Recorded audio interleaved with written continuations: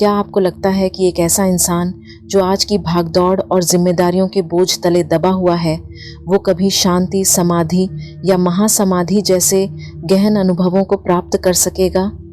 क्या ऐसी संभावना है? अगर हाँ, तो फिर कैसे? स्वागत है आपका आपके अपने चैनल बी इन वर्ड्स पर। हम अक्सर सुनते आए हैं कि ध्यान, भक्ति या ईश्वर की आराधना के लिए ब्रह्मचर्य का पालन, संसार से संन्यास लेना और पूरे दिन उसी साधना में लगे रहना जरूरी है। इसी सोच ने हमें इस विचार के करीब ला दिया है कि शांति प्राप्त करने या माया से मुक्त होने के लिए संसार का त्याग अपरिहार्य है, और यदि कोई ऐसा नहीं कर पाता तो क्या वो इन अद्भुत अनुभवों से वंचित रहेगा? क्या एक गृहस्थ व्यक्ति के लिए शांति पाना असंभव है? यहाँ रुकिए और एक पल के लिए सोचिए, इस पूरे ब्रह्मांड को परमात्मा ने कितनी सिस्टमैटिक और परफेक्ट रिदम में रचा है। अगर हर कोई सन्यासी बन जाए तो इस संसार को आगे बढ़ाने वाला कौन होगा? और अगर हर कोई संसार में ही उलझा रह जाए तो वो शांत अनुभव और वो आध्यात्मिक गहराई हमें कौन देगा? यही कारण है कि आपने देखा होगा, इस सृष्टि में हर चीज़ का विपरीत जोड़ा होता है। पुरुषार्थ और शांति, वृद्धि और सिद्धि, पति और पत्नी, अमीर और गरीब, राजा और योगी, ये सब अपने आप में पूर्ण होते हैं, लेकिन असल शक्ति तब उत्पन्न होती है जब हम इनमें संतुलन बना लेते हैं। यही संतुलन हमें अद्भुत नतीजे दे सकता है, शांति भी और सफलता भी। उदाहरण के तौर पर मान लीजिए आपको मीठा खाना बहुत पसंद है और आप रोज़ मिठाइयाँ खा रहे हैं। इसमें कोई बुराई नहीं है अगर यह आपको खुशी देता है, लेकिन इसके साथ साथ अपने स्वास्थ्य का ध्यान रखना भी उतना ही महत्वपूर्ण है, जैसे योग या हल्का व्यायाम करना, ताकि आपके शरीर में ऊर्जा और संतुलन बना रहे। अगर आप केवल मिठाइयों का आनंद लेते रहेंगे और स्वास्थ्य पर ध्यान नहीं देंगे तो धीरे धीरे इसका असर आपके शरीर पर पड़ने लगेगा। जीवन का असली सुख तब आता है जब हम अपनी इच्छाओं को पूरा करते हुए भी अपने शरीर और मन का ख्याल रखते हैं। सोचिए, अगर आप लगातार पुरुषार्थ करते जाएं, बिना रुके, बिना आराम किए, तो क्या होगा? एक दिन ऐसा आएगा जब आप खुद को सिर्फ काम करने की मशीन जैसा महसूस करेंगे। हाँ, मेहनत का फल तो ज़रूर मिलेगा, लेकिन वो आंतरिक शांति नहीं जिसकी हर इंसान को गहरी चाहत होती है। इसके विपरीत अगर हम बस शांति से ही चिपके रहें और कोई कर्म न करें तो उसका भी विपरीत असर होगा। यही कारण है कि जीवन में हर चीज़ का संतुलन बेहद ज़रूरी है। ज़रूरत से ज़्यादा किसी भी चीज़ पर जोर देने से संतुलन बिगड़ जाता है और वही चीज़ हमारे जीवन में झरघोल सकती है। आपने देखा होगा कि कुछ लोग धन और दौलत कमाने में इस हद तक डूब जाते हैं कि वे अपने जीवन के बाकी पहलुओं जैसे परिवार, आत्मविकास, दोस्तों और परमात्मा की बनाई इस सुंदर दुनिया से कट जाते हैं। इसके विपरीत अगर कोई व्यक्ति अपने व्यापार को छोड़कर किसी और काम में लग जाता है तो उसकी भी सफलता अधूरी रह जाती है। ठीक इसी तरह जो व्यक्ति अपनी आध्यात्मिक यात्रा में ही इतना खो जाता है कि सांसारिक कर्मों को नज़रअंदाज कर देता है, वह भी अंत में अधूरा और दुखी महसूस करता है। और जो इंसान सिर्फ अपने व्यापार या सांसारिक सफलताओं में ही उलझा रहता है, वो भी एक समय के बाद उसी दुख का सामना करता है। यही वजह है कि भगवान श्री कृष्ण ने गीता में अर्जुन को संतुलन का महत्व सिखाया। उन्होंने समझाया कि जीवन में संतुलन का होना सबसे ज़रूरी है। कर्म और शांति का संतुलन, पुरुषार्थ और विश्राम का संतुलन। यही संतुलन हमें उस संपूर्णता की ओर ले जाता है जिसे हम सभी खोज रहे हैं। शास्त्रों में कहा गया है कि एक गृहस्थ व्यक्ति जो संसारिक जीवन में संलग्न है, वो एक योगी से पहले सत्य को प्राप्त कर सकता है। इसका कारण यह है कि गृहस्थ जीवन में रहते हुए व्यक्ति जीवन के विभिन्न पहलुओं से गुजरता है और जीवन के हर पहलू में संतुलन साधना सीखता है। यदि आपने कभी श्मशान में ध्यान दिया हो तो देखा होगा कि पुरुष के शरीर का छाती का हिस्सा और स्त्री के शरीर का कमर का हिस्सा जलने में सबसे अधिक समय लेते हैं। इसके पीछे योग विज्ञान का यह सिद्धांत है कि स्त्री का स्वादिष्ठान चक्र और पुरुष का अनाहत चक्र प्राकृतिक रूप से अधिक मजबूत होते हैं। अगर स्त्री अपने स्वाधिष्ठान चक्र पर ध्यान केंद्रित करती है तो उसे अपने भीतर ऊर्जा का स्रोत मिल सकता है। इसी प्रकार अगर पुरुष अपने अनाहत चक्र पर ध्यान करता है तो वह भी ऊर्जा के स्रोत से जुड़ सकता है। दोनों चक्रों की शक्तियों का सही दिशा में उपयोग कर वे अपने जीवन में अपार ऊर्जा का संचार कर सकते हैं। जब स्त्री और पुरुष संभोग अवस्था में होते हैं तब उनके शरीर में एक अनोखी ऊर्जा का जन्म होता है। यह ऊर्जा इतनी सशक्त होती है कि इससे एक नए जीवन का निर्माण भी हो सकता है। लेकिन अगर इस ऊर्जा को सही दिशा में प्रवाहित किया जाए तो यह ऊर्जा स्त्री को उसी क्षण समाधि का अनुभव करा सकती है। यह ऊर्जा मस्कुलिन एनर्जी कहलाती है, जिसका उद्गम पुरुष के जननेंद्रिय में होता है। अब अगर यह ऊर्जा स्त्री के शरीर में प्रवेश करे और वह अपने स्वाधिष्ठान चक्र पर ध्यान केंद्रित करे तो यह ऊर्जा ऊपर की ओर प्रवाहित होकर स्त्री की फेमिनिन एनर्जी के साथ मिलकर क्राउन चक्र तक पहुंच सकती है। यदि स्त्री और पुरुष दोनों आध्यात्मिक मार्ग पर हैं और पुरुष का पुरुषत्व संतुलित और शक्तिशाली है तो वह स्त्री की ऊर्जा को ऊपर उठाने में मददगार साबित हो सकता है। हठयोग प्रदीपिका में भी स्वाधिष्ठान चक्र पर ध्यान करने की महत्ता बताई गई है और इसके लिए गहरे आत्मनियंत्रण और तपस्या की आवश्यकता होती है, जिसे दैविक प्रेम कहा जाता है। यह स्थिति युवावस्था में प्राप्त करना संभव नहीं होता। इसके लिए व्यक्ति को कम से कम 39 वर्षों का ब्रह्मचर्य पालन करना पड़ता है। अगर हम इस प्रक्रिया को एस्ट्रोलॉजी से जोड़कर समझें तो हमारे शरीर में 7 चेतन स्तर या 7 सूक्ष्म बीज होते हैं जो हमारी उम्र और बुद्धि के साथ विकसित होते हैं। पहला शरीर भौतिक शरीर होता है जो 7 साल की उम्र तक विकसित हो जाता है। भारत में प्राचीन काल में बाल विवाह की परंपरा इसलिए प्रचलित थी ताकि शरीर के विकास के इस चरण में एक साथी का सहारा मिले। 7 से 14 वर्ष की उम्र में हार्मोन का तीव्र विकास होता है और इस समय के दौरान सेक्स की इच्छा भी चरम पर होती है। इसके बाद 14 वर्ष की उम्र से बुद्धि शरीर का विकास शुरू होता है जो इंसान को आगे के आध्यात्मिक और बौद्धिक स्तर पर ले जाता है। इस प्रकार गृहस्थ जीवन में रहते हुए भी एक व्यक्ति आध्यात्मिक उन्नति कर सकता है, बशर्ते वह अपने चक्रों की ऊर्जा को संतुलित और नियंत्रित तरीके से ऊपर की ओर प्रवाहित करने का प्रयास करे। यही संतुलन उसे सत्य के मार्ग पर आगे बढ़ने में मदद करता है। यह सभी शरीर अपने आप विकसित नहीं होते, बल्कि इनमें एक स्वाभाविक रूप होता है जिसे मानसिक पुरुषार्थ या आज्ञा आदेश द्वारा जागृत और अंकुरित किया जा सकता है। ये जरूरी नहीं है कि हर व्यक्ति मानसिक उन्नति में प्रगति कर पाए। आपने कई ऐसे लोग देखे होंगे जो उम्र में तो बड़े हो गए हैं पर उनका मस्तिष्क अभी भी प्राथमिक आवश्यकताओं, खासकर सेक्स की इच्छाओं में उलझा हुआ है। इसका कारण यही है कि वे शारीरिक रूप से आगे बढ़ चुके हैं, लेकिन उनका मस्तिष्क अभी भी हार्मोनल शरीर की अवस्था में ही अटका हुआ है। इसके बाद आता है बुद्धि शरीर, जो 14 साल की उम्र के बाद विकसित होना शुरू होता है और 21 साल की उम्र तक पूर्ण होता है। इस स्तर से आगे बहुत कम लोग बढ़ पाते हैं, जैसे बुद्ध, महावीर, जीसस, श्री कृष्ण, ओशो, राबिया बांसरी और अन्य महान व्यक्ति जिन्होंने इतिहास में आध्यात्मिक उन्नति की मिसाल कायम की।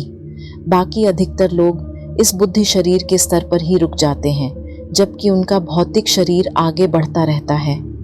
आपने पश्चिमी देशों में कई ऐसे लोगों को देखा होगा जो केवल बुद्धि शरीर पर ही अटके होते हैं और अपनी समृद्धि और बौद्धिकता के लिए आगे बढ़ते हैं, लेकिन उनके जीवन में शांति की भारी कमी होती है।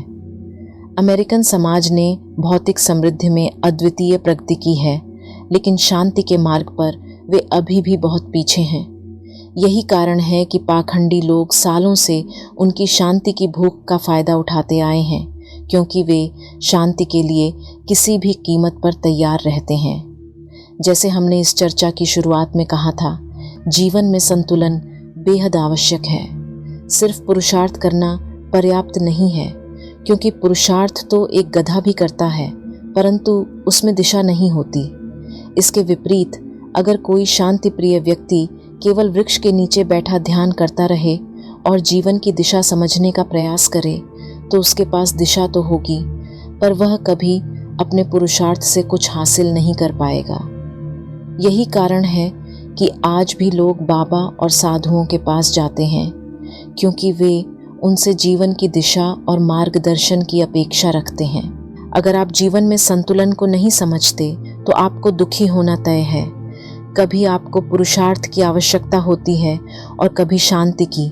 आपने हिंदू धर्म में देखा होगा कि हर भगवान का एक शत्रु भी होता है, एक प्रतीकात्मक संकेत कि जीवन के हर पहलू में विपरीत शक्तियों का महत्व होता है। यही संतुलन हमें सिखाता है कि रचनात्मकता और शांति दोनों की आवश्यकता होती है, ताकि जीवन में समृद्धि और मानसिक शांति साथ साथ चल सकें। इन दोनों चीज़ों में कोई खराबी नहीं है, दोनों अपनी अपनी जगह पर सही हैं। शांति का अपना स्थान है और पुरुषार्थ का अपना। यही संतुलन का नियम है, जिसे ध्रुव राठी जैसे लोग अक्सर नहीं समझ पाते, क्योंकि उनका मस्तिष्क अभी भी 14 से 21 वर्ष के बीच के तार्किक बुद्धि के स्तर पर ही अटका हुआ है, जबकि उनका शरीर आगे बढ़ चुका है। ऐसे लोग केवल तार्किकता और भौतिकता में ही अटके रहते हैं। शिव पुराण में कहा गया है, बुद्धि सीमा भवति तत्र निरंजनम निराकारम शिवम, अर्थात जहाँ तार्किक बुद्धि की सीमा समाप्त होती है वहीं से निराकार शिव की शुरुआत होती है। इसी प्रकार के लोग केवल भौतिक जगत के विज्ञान में उलझे रहते हैं, लेकिन आध्यात्मिकता की गहराई को नहीं समझ पाते। इसलिए जीवन में केवल बुद्धि या केवल पुरुषार्थ पर निर्भर न रहें, बल्कि संतुलन को समझें। दोनों का संयमित उपयोग ही आपको पूर्णता की ओर ले जाएगा। आपने भगवान शिव और भगवान विष्णु को एक दूसरे का ध्यान करते हुए शास्त्रों और धार्मिक कथाओं में सुना होगा। शास्त्र कहते हैं, शिवाय विष्णु रूपाय शिव रूपाय विष्णवे शिवस्य हृदय विष्णु हृदय शिवाय, जिसका अर्थ यह है कि शिव के हृदय में विष्णु का वास है और विष्णु के हृदय में शिव का। यह एक गहरा प्रतीक है जो दर्शाता है कि दोनों देवता एक दूसरे के पूरक हैं। योग दृष्टिकोण से शिव शांति का प्रतीक हैं और विष्णु समृद्धि का। जैसे इन दोनों के बीच संतुलन जरूरी है, वैसे ही हमारे जीवन में शांति और समृद्धि का संतुलन बेहद आवश्यक है। हर चीज़ में संतुलन होना अनिवार्य है। अगर यह संतुलन बिगड़ जाए तो हम हमेशा असंतुष्ट और दुखी रहेंगे। जब हमें आंतरिक शांति की आवश्यकता होती है तो हम अक्सर प्रेरणा के लिए मोटिवेशनल वीडियो देखते हैं, और जब बाहरी चुनौतियों से हमें परेशानियां होती हैं तो हम आध्यात्मिकता के मार्ग पर चलकर समाधान ढूंढते हैं। दोनों ही चीज़ें अपने अपने समय पर सही हैं। परिवार को समय देना या व्यापार में मेहनत करना दोनों ही गलत नहीं है। असल में यही वह संतुलन है जो हमें जीवन के हर पहलू में आगे बढ़ने की शक्ति देता है। आपने हिंदू धर्म के देवी देवताओं को देखा होगा, जिनके कई हाथ होते हैं। कोई हाथ में शंख लिए होते हैं तो कोई सुदर्शन चक्र, कोई शास्त्र धारण किए होते हैं और कोई शस्त्र। इसका प्रतीकात्मक अर्थ यह है कि जब आपके मन को शांति की ज़रूरत हो तो उसे शास्त्रों और ध्यान के माध्यम से शांत करें। लेकिन जब जीवन में कोई संघर्ष हो या जब दुनिया की चुनौतियां आपको परेशान करने लगें, तब शस्त्र उठाएं और उन परिस्थितियों का सामना करें। एक परिपूर्ण संतुलित व्यक्ति ही संघर्षों से ऊपर उठकर वास्तविक शांति और सफलता प्राप्त कर सकता है। ज़रा सोचिए, अगर आपकी कार के पहिए संतुलित न हों तो क्या आप अपना सफ़र सही ढंग से तय कर पाएंगे? निश्चित रूप से नहीं। अब बात करते हैं सिद्ध शरीर की, जो 21 से 28 साल की उम्र में विकसित होता है। ये वह समय होता है जब व्यक्ति जीवन में सबसे ज़्यादा सीखता है और नई चीज़ों का अनुभव करता है। अगर इस उम्र में इंसान जागरूक हो जाए और अपने सिद्ध शरीर का सही उपयोग करे तो वह बहुत सारी सिद्धियां प्राप्त कर सकता है। यह वह अवस्था है जिसमें व्यक्ति अपने ज्ञान और शक्ति का सर्वोत्तम उपयोग कर सकता है। हालांकि इस संसार में कुछ ही गिने चुने लोग हैं जिन्हें सिद्धि प्राप्त होती है। उनमें से भी कुछ लोग इस शरीर के स्तर पर ही रुक जाते हैं, क्योंकि वे अपनी सिद्धियों को दिखाने और दुनिया को चमत्कार करने में ही उलझ जाते हैं। वे इस अद्वितीय क्षमता का उपयोग सिर्फ बाहरी दुनिया में चमत्कार करने के लिए करते हैं, लेकिन उससे आगे बढ़ने का प्रयास नहीं करते। इसी कारण उनके कार्यों को दुनिया चमत्कार के रूप में देखती है, जबकि वे उस ज्ञान और शक्ति का सही मार्ग में उपयोग करने से वंचित रह जाते हैं। इसलिए जीवन में वास्तविक संतुलन और उन्नति का अर्थ है सिर्फ भौतिक या चमत्कारी शक्तियों पर नहीं रुक जाना, बल्कि इन सिद्धियों को एक गहरे और उच्च आध्यात्मिक उद्देश्य के लिए इस्तेमाल करना। अब आगे आता है आत्मीय शरीर, जिसे एस्ट्रल बॉडी भी कहा जाता है। यह शरीर केवल योगियों को अनुभव होता है, सामान्य व्यक्तियों को नहीं। जो लोग अभी भी 14 साल की उम्र के यौनिक प्रवृत्तियों में या 21 साल की तार्किक बुद्धि और धन संपदा की दौड़ में उलझे हुए हैं, वे इस शरीर की अनुभूति नहीं कर सकते। आत्मीय शरीर का अंकुरण 28 साल की उम्र के बाद शुरू होता है और 35 की उम्र तक इसे पूरी तरह विकसित किया जा सकता है। इस शरीर के माध्यम से योगी के अंदर उसकी अपनी ऊर्जा से एक नई निर्वाण की अवस्था प्राप्त करने वाली आत्मा का जन्म होता है। यह प्रक्रिया उसी प्रकार होती है जैसे शारीरिक रूप से हमारा जन्म माँ की कोख से होता है। आधुनिक विज्ञान ने यह भी सिद्ध किया है कि एक पुरुष भी संतान को जन्म दे सकता है, जो इस सिद्धांत की पुष्टि करता है कि आत्मा का जन्म हमारी रिप्रोडक्टिव सिस्टम से भी हो सकता है, अगर ऊर्जा सही दिशा में विकसित हो। इस उम्र में इंसान दुनिया को वैसे देखता है जैसे आत्मा इसे देखती है, संपूर्ण और निर्विकार रूप में। यही वह समय होता है जब मोक्ष के विचार भी व्यक्ति के मन में उत्पन्न हो सकते हैं। अगर आप एक गृहस्थ हैं और आध्यात्मिक पथ पर नहीं हैं, तो आपको इस संसार में इतना आनंद मिलने लगेगा कि आप भौतिक सुखों और ऐशो आराम में फंस सकते हैं। आपको यह दुनिया इतनी प्यारी लगने लगेगी कि आप भोगी बन सकते हैं। लेकिन अगर आप आध्यात्मिक राह पर हैं, तो इस समय आपके सामने महासमाधि का मार्ग खुल सकता है और इस संसार से आपका मोह धीरे धीरे समाप्त हो सकता है।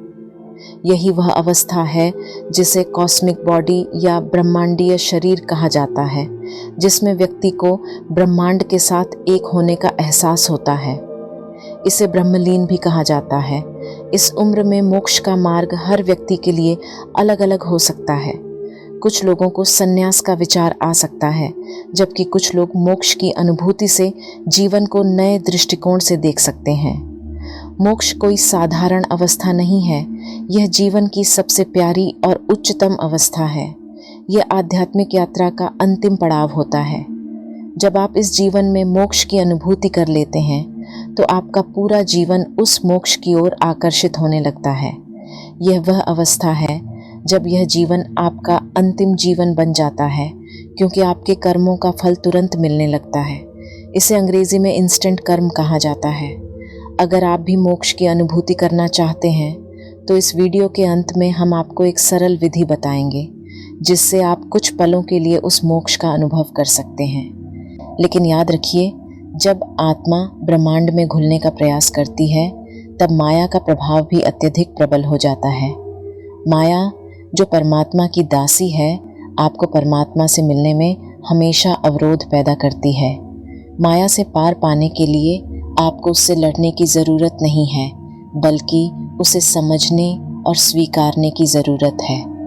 माया को हराने का एकमात्र तरीका है उसके आगे झुकना और उसका सम्मान करना, क्योंकि हम सभी ईश्वर का एक अंश हैं और एक छोटा अंश कभी संपूर्णता से नहीं लड़ सकता। ध्यान रखें, चाहे आपने अतीत में कितने भी बुरे कर्म किए हों, ईश्वर आपसे हमेशा प्रेम करते हैं। उनके प्रेम में कोई शर्त नहीं है, कोई भेदभाव नहीं है। प्रश्न यह नहीं है कि ईश्वर आपको प्रेम करते हैं या नहीं। प्रश्न यह है, क्या आप खुद को माफ़ कर पाते हैं और ईश्वर से प्रेम कर पाते हैं? जैसे ही आप खुद को प्यार करने और माफ़ करने का रास्ता अपनाते हैं, माया का प्रभाव आप पर से कम होने लगेगा और तब आप सच्ची शांति की ओर कदम बढ़ा सकेंगे। आपने देखा होगा कि कई सेलिब्रिटी 42 साल की उम्र के बाद विवाह करते हैं। इसके पीछे का कारण ये है कि उस उम्र में अक्सर एक भोगी व्यक्ति को दूसरा भोगी व्यक्ति मिल जाता है जो समान जीवन शैली और इच्छाओं का अनुभव कर रहा होता है। इसके बाद आता है सत्व और अंतिम शरीर, जिसे संन्यास वानप्रस्थ शरीर अब कहा जाता है, जो 49 साल के बाद सक्रिय होता है। यह शरीर जब जागृत होता है तब शरीर में कुछ बड़ा बदलाव, जैसे किसी बड़ी बीमारी का आगमन महसूस होता है। आपने देखा होगा कि अधिकतर लोगों को गंभीर रोग 49 साल के बाद ही होते हैं, लेकिन जो लोग मानसिक रूप से 21 साल के बुद्धि शरीर में फंसे हुए होते हैं, वे इन संकेतों को समझने में असफल रहते हैं। अगर कोई गृहस्थ व्यक्ति इस शरीर की यात्रा को समझते हुए आगे बढ़ता है तो इस उम्र में स्त्री और पुरुष के बीच यौन आकर्षण कम होने लगता है और उनकी प्राथमिकताएं बदलने लगती हैं। अब सवाल उठता है कि जिनसे भूतकाल में कुछ गलतियां हो चुकी हैं या जो पहले से इस उम्र में पहुंच चुके हैं, क्या वे इन ऊर्जाओं को सक्रिय नहीं कर सकते? इसका उत्तर है हाँ, वे भी कर सकते हैं। ऐसा नहीं है कि अगर भूतकाल में कुछ गलतियां हुई हैं तो हमें वर्तमान में उनके कर्म फल को भुगतना ही पड़ेगा। यदि हमारे भीतर सच्चा पश्चाताप है तो वह भूल के कर्म फल को जला सकता है। संस्कृत में पश्य का अर्थ है देखना और ताप का अर्थ है जलना। इसका मतलब यह है कि अपनी गलतियों को स्पष्ट रूप से देखने और उन्हें स्वीकार करने से कर्मों के बुरे प्रभाव मिटाए जा सकते हैं। यदि आपकी आंखें खुली हैं और आप अपनी गलतियों से सबक ले रहे हैं तो भी आपके पास आगे बढ़ने का रास्ता है, चाहे आपने कोई भूल की हो। अंग्रेजी में कहावत है इट्स नेवर टू लेट, अर्थात देर कभी नहीं होती, लेकिन हाँ, इसके लिए आपको समय और परिस्थितियों के साथ एक कीमत चुकानी होगी। अगर आप 42 से 49 साल की उम्र में ब्रह्मांडीय शरीर को प्राप्त करना चाहते हैं तो आपको 12 साल का ब्रह्मचर्य व्रत का पालन करना पड़ेगा। और अगर आप 49 के बाद संन्यास वानप्रस्थ शरीर को प्राप्त करना चाहते हैं तो 14 साल का ब्रह्मचर्य और योगमय जीवन शैली अपनानी होगी। इसके साथ ही संसार में रहते हुए भी संसार से धीरे धीरे दूरी बनानी होगी, जैसा कि भगवान कृष्ण गीता में कहते हैं, एक ऐसा योगी जो संसार में रहते हुए भी मुझ में बसा हुआ है। अब यह समझते हैं कि महासमाधि क्या है और इसमें क्या अनुभव होते हैं। महासमाधि को समझने से पहले साधारण समाधि की अवधारणा को समझना जरूरी है। जैसा कि हमने पहले चर्चा की थी, सेक्स के समय स्त्री और पुरुष की ऊर्जा का सही ढंग से उपयोग करके समाधि का अनुभव किया जा सकता है। वैसे ही एक गृहस्थ पुरुष अपने हृदय की ऊर्जा का सही उपयोग करके समाधि की अवस्था में प्रवेश कर सकता है।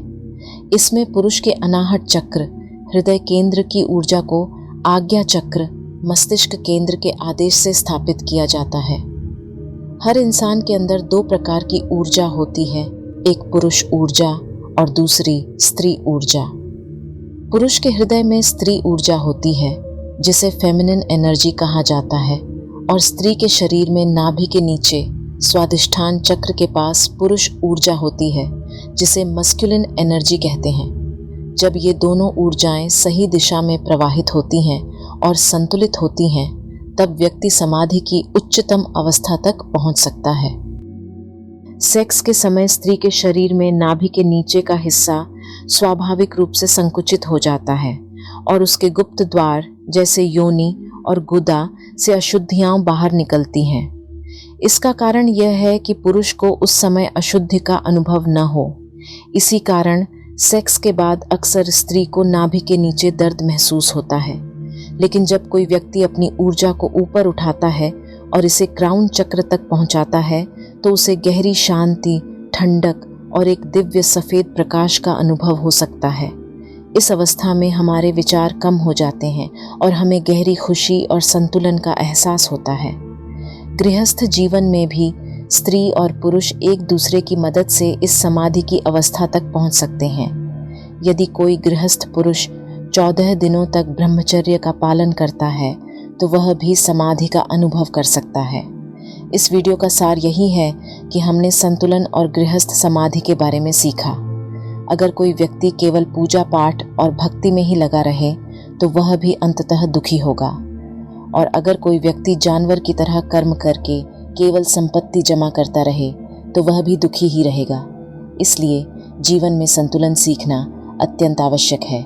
गृहस्थ व्यक्ति भी दैविक प्रेम के माध्यम से समाधि की अवस्था तक पहुंच सकता है, जिसे अंग्रेजी में डिवाइन लव कहते हैं। अब बात करते हैं महासमाधि की। महासमाधि को भक्ति योग की भाषा में मुक्ति और मोक्ष भी कहा जाता है। जब कोई योगी जीते जी अपनी मृत्यु का अनुभव करना चाहता है तो वह महासमाधि के माध्यम से इस अनुभव को प्राप्त कर सकता है। भगवान बुद्ध ने निर्विकल्प समाधि की खोज की थी, जो मोक्ष की अनुभूति कराती है। और यदि आपका संन्यास वानप्रस्थ शरीर सक्रिय है तो आप अपने प्राण अपनी मर्जी से शरीर से बाहर निकाल सकते हैं और मोक्ष प्राप्त कर सकते हैं। शास्त्रों में कहा गया है, आत्मानम मुक्ति वेदांत विज्ञान, जिसका अर्थ है कि असली आध्यात्मिक यात्रा की शुरुआत ब्रह्मलीन होने के बाद होती है, यानी मोक्ष प्राप्ति के बाद। अब बात करते हैं मोक्ष का अनुभव कैसे किया जा सकता है। सबसे पहले आपको जो भी करने की इच्छा हो उसे पहले पूरा कर लीजिए, जैसे संगीत सुनना, कुछ स्वादिष्ट खाना या फिर संभोग करना। इसके बाद ध्यान की अवस्था में बैठें, बिना किसी शोर शराबे या तकनीकी उपकरणों के। अपनी आंखें बंद करें और अपनी सांसों पर ध्यान केंद्रित करें। धीरे धीरे अपने विचारों को समाप्त करते जाएं, ये महसूस करते हुए कि आपने जीवन के सभी लक्ष्य पूरे कर लिए हैं। इस प्रक्रिया में धीरे धीरे आपके मन के विचार शून्य हो जाएंगे। इसके बाद अपने आप से पूछें, जो शरीर और विचार मैं हूँ वह एक दिन समाप्त हो जाएगा। इस विचार के साथ गहरी मौन अवस्था में जाएं और अपने भीतर के अंधकार को देखें।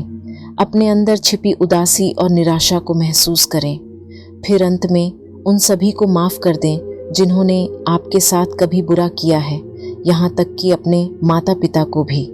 ये प्रक्रिया न केवल आपको भीतर की शांति की ओर ले जाएगी, बल्कि आपको माया के बंधनों से भी मुक्त करेगी, जिससे आप अपने आध्यात्मिक यात्रा की उच्चतम अवस्था मोक्ष का अनुभव कर सकते हैं।